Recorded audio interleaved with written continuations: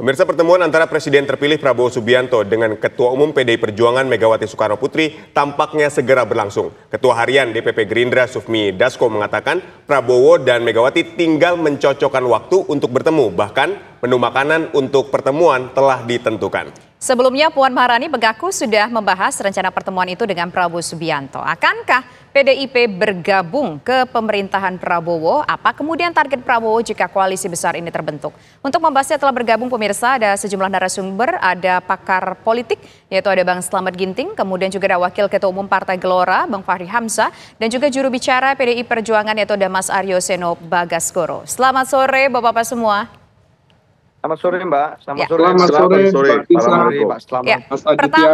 Pertama saya mau menuju ke Mas Aryo Seno terlebih dahulu. Apakah ini tanda pertemuan kita sudah dengar ini sekitar beberapa hari yang lalu PDIP khususnya Ibu Megawati akan bertemu dengan Prabowo Subianto. Apakah ini pertanda nantinya PDIP sudah akan bersatu dengan pemerintahan terpilih nanti Prabowo Subianto?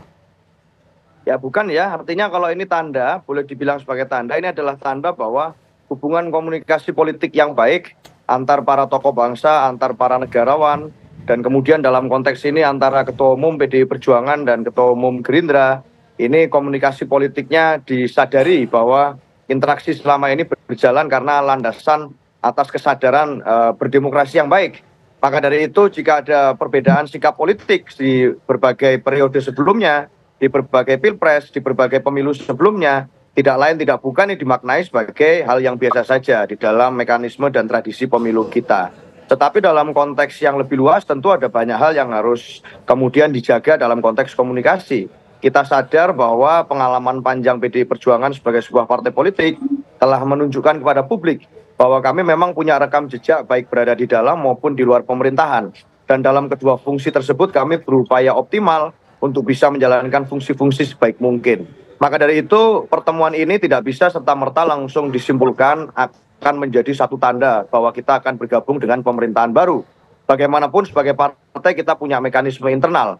Lagi pula saya anggap kalau kedua tokoh bangsa sekelas Bu Mega dan Pak Prabowo bertemu, saya rasa akan menjadi sangat kecil nilainya kalau hanya dimaknai sebagai pertemuan transaksional, pertemuan tentang bagi-bagi jatah, pertemuan tentang bagi-bagi kekuasaan. Yang saya rasa harusnya pertemuan ini melampaui itu, beyond itu, dan bisa membicarakan tentang banyak hal lain tentang kondisi kebangsaan kita. Kalau memang pertemuan itu akan segera terjadi.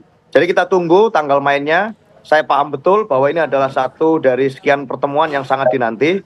One of the most anticipated meeting dalam konteks politik pasca Pilpres.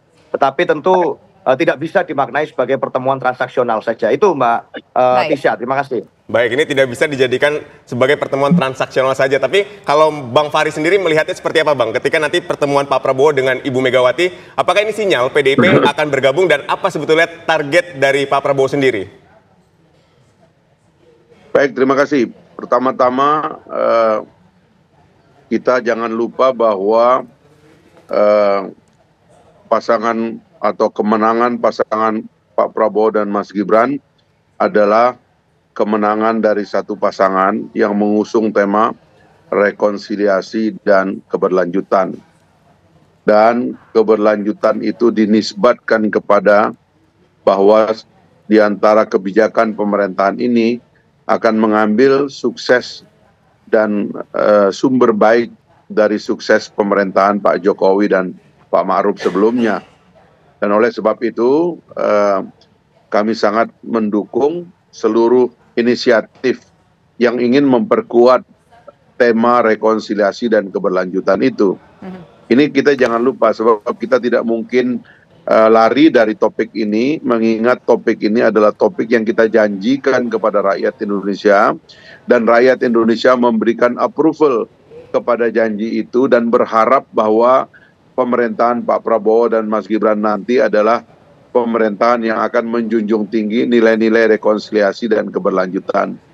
Nah, dalam rangka itulah kita memandang pertemuan tokoh-tokoh bangsa itu memang harus sangat digalang dan diseriusi. Bahkan Pak Prabowo dalam hal ini sangat menginginkan agar semua mantan pemimpin bangsa di masa yang akan datang itu ada tempat untuk bersama-sama. Bahkan pernah beliau mengatakan akan berdirinya Presidential Club. Sehingga nanti Ibu Mega, Pak SBY, Pak Jokowi, dan semua mantan kita yang masih hidup itu bisa bertemu dalam rangka menciptakan iklim baik di tengah masyarakat kita, bahwa sesungguhnya pemimpin kita masih bertemu dan berbicara satu sama lainnya. Karena itu sangat penting sekali pada penciptaan iklim rekonsiliasi secara nasional. Saya kira ini hal yang menurut saya perlu disyukuri. Jadi apabila semua tokoh memang niat mau bergabung, itu memang menjadi bagian dari rencana di dalam tema rekonsiliasi dan keberlanjutan yang telah dimenangkan oleh rakyat melalui pasangan Pak Prabowo dan Mas Gibran yang didukung oleh Pak Jokowi ini. Saya kira itu, Pak. Oke, baik. Sekarang kita ingin menuju ke Pak Slamet Ginting terlebih dahulu. Pak Slamet Ginting, menurut Anda ini akan terjadikah pertemuan? Tapi kalau kita bicarakan terjadi pertemuan, pasti akan terjadi pertemuan. Tampaknya demikian begitu. Karena tadi disampaikan dari paket berita, Bang Sufmi Dasko mengatakan bahwa sudah ada menu makanannya loh yang mau dibahas atau yang akan dinikmati bersama-sama nanti ketika bertemu. Tapi kalau kita bicara soal konteks politiknya, apa sih yang akan terjadi untuk ketiga tokoh kita ini? Ada Pak Prabowo Subianto, kemudian ada Ibu Megawati, dan juga ada Joko Widodo di sana. Akan seperti apa agen politiknya? Bang Slamet. Ya, kalau kita lihat pidatonya Prabowo Subianto pada saat Kongres ketiga Partai Nasdem, itu kan sudah mengisyaratkan bahwa Prabowo akan merangkul semua partai politik. Nah, ini yang kemudian menjadi persoalannya adalah pada saat pemilu, terutama pada 14 Februari 2024, Sekjen PDIP Hasto Kristianto kan juga menyebutkan bahwa PDIP siap menang dan siap kalah. Kalau kalah kami siap beroposisi terhadap pemerintah yang berkuasa. Dan ini mengingatkan kita pada 2004-2009 di mana PDIP menjadi oposisi dan hasilnya adalah pada 2014 menang pemilu presiden maksud saya. Dan ini dikatakan bahwa oposisi bukanlah hal yang kemudian menakutkan, tapi ini oposisi adalah bagaimana pihak-pihak itu bisa menjadi pengawas, bisa menjadi penyeimbang kekuasaan. Kalau semuanya dirangkul, lagi-lagi kemudian menurut saya publik akan kecele lagi, akan merasa dibohongi lagi setelah Nasdem yang di koalisi perubahan bersama Partai Kebangkitan Bangsa dan Partai Keadilan Sejahtera bergabung juga dengan Koalisi Indonesia Maju.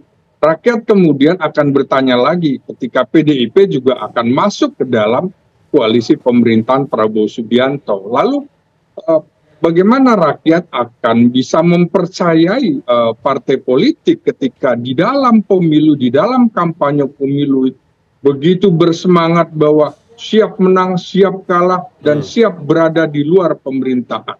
Lagi-lagi jangan salahkan kalau rakyat akhirnya merasa dibohongi.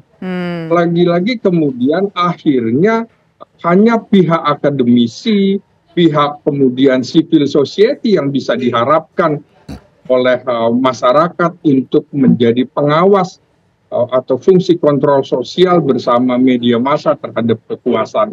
Jadi tentu persepsinya bisa beragam di dalam rencana pertemuan ini. Memang menurut saya tiga kekuatan ini masih diperhitungkan. Ada Jokowi, ada Prabowo, ada Megawati. Nah, selepas Jokowi tidak berkuasa, tidak lagi menjadi presiden, tentunya matahari adanya di Prabowo. Tapi di dalam politik Indonesia, dinamika ini sangat-sangat tinggi. Menurut saya, salah satu yang menjadi ganjalan juga di Koalisi Indonesia Maju adalah ada partai-partai yang mendukung sejak awal dan juga kemudian ada koalisi perubahan yang baru masuk. Baik, Pak Slamet. Dengan adanya PDIP yang kembali masuk dalam pemerintahan, tentu kue kekuasaan akan dibagi sangat banyak. Ini membuat juga partai-partai pendukung Prabowo merasa juga menjadi tidak nyaman. Begitu konteksnya. Oke, baik. Perbincangan masih akan kita lanjutkan. Pemirsa, usai jeda berikut tetaplah bersama kami.